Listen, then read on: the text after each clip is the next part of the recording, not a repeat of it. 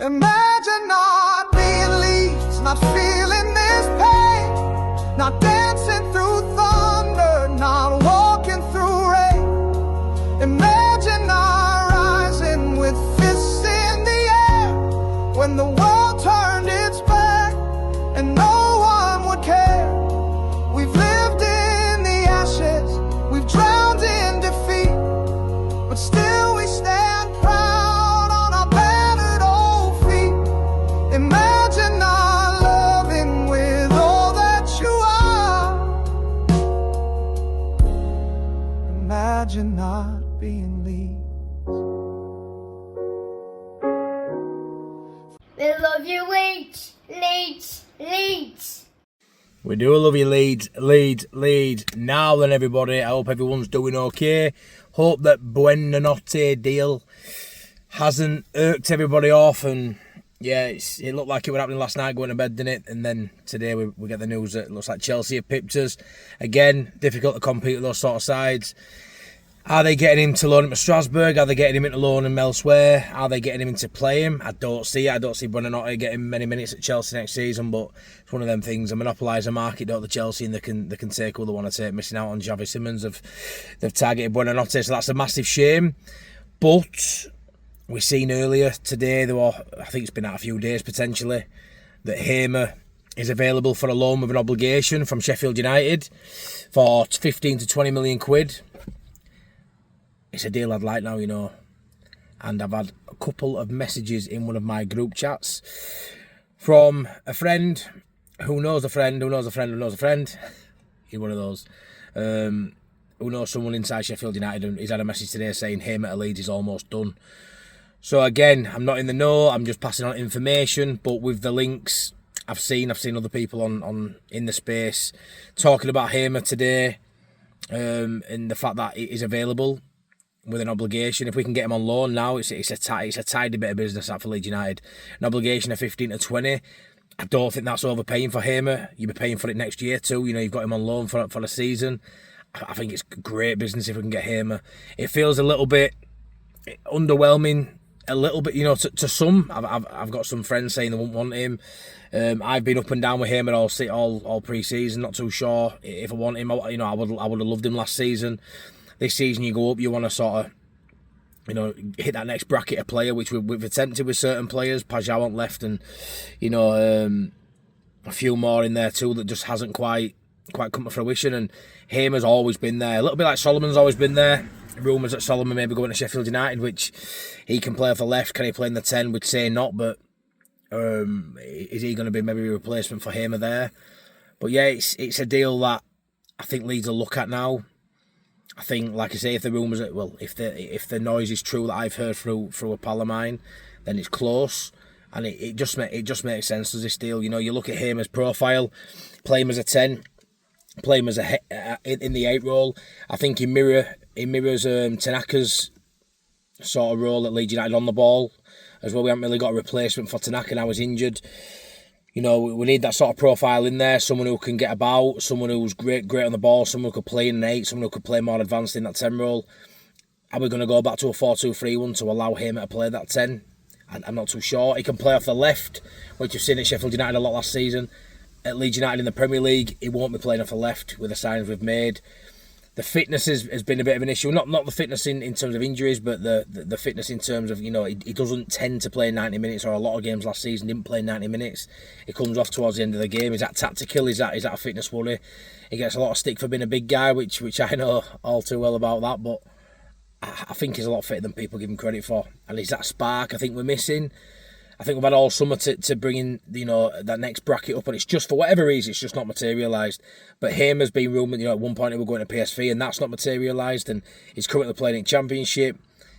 I don't think he's pushing for a move. He's going about it the right way. Is he too good for Championship? I would say yes. He's 28.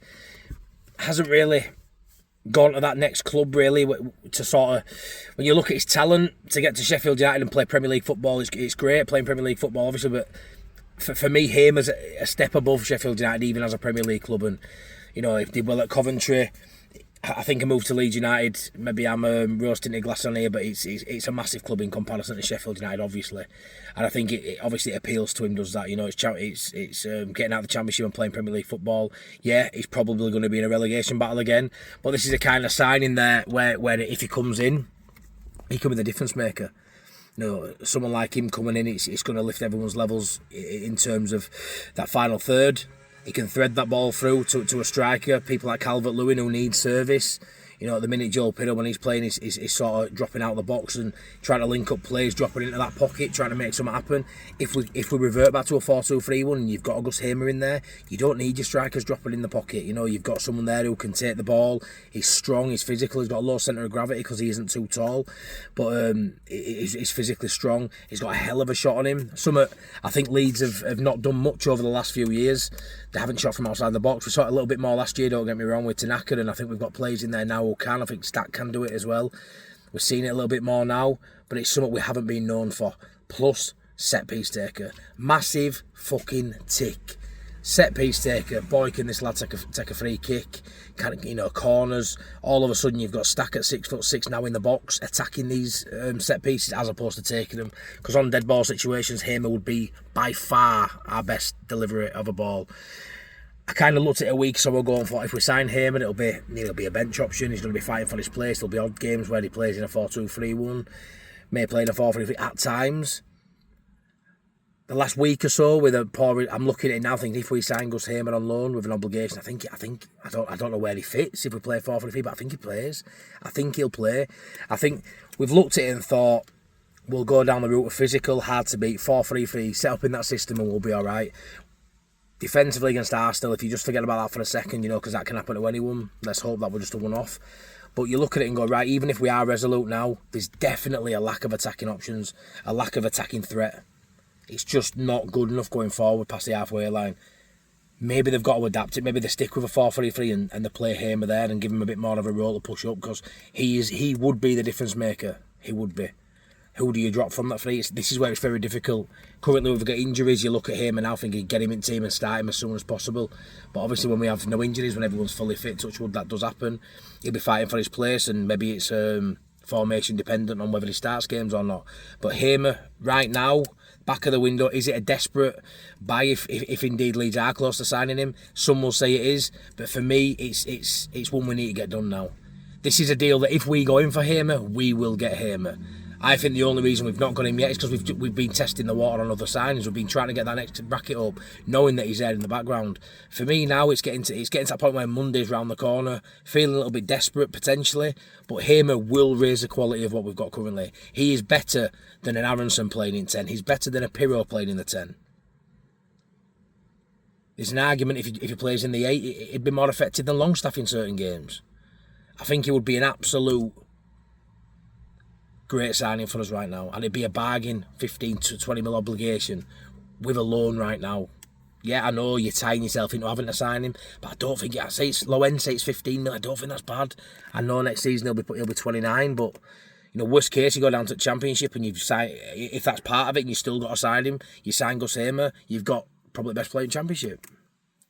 I think it's a no-brainer me now. Looking at it, yeah, I wanted someone else, but I think he elevates what we've got. I think he's better than what we've got in the role he plays.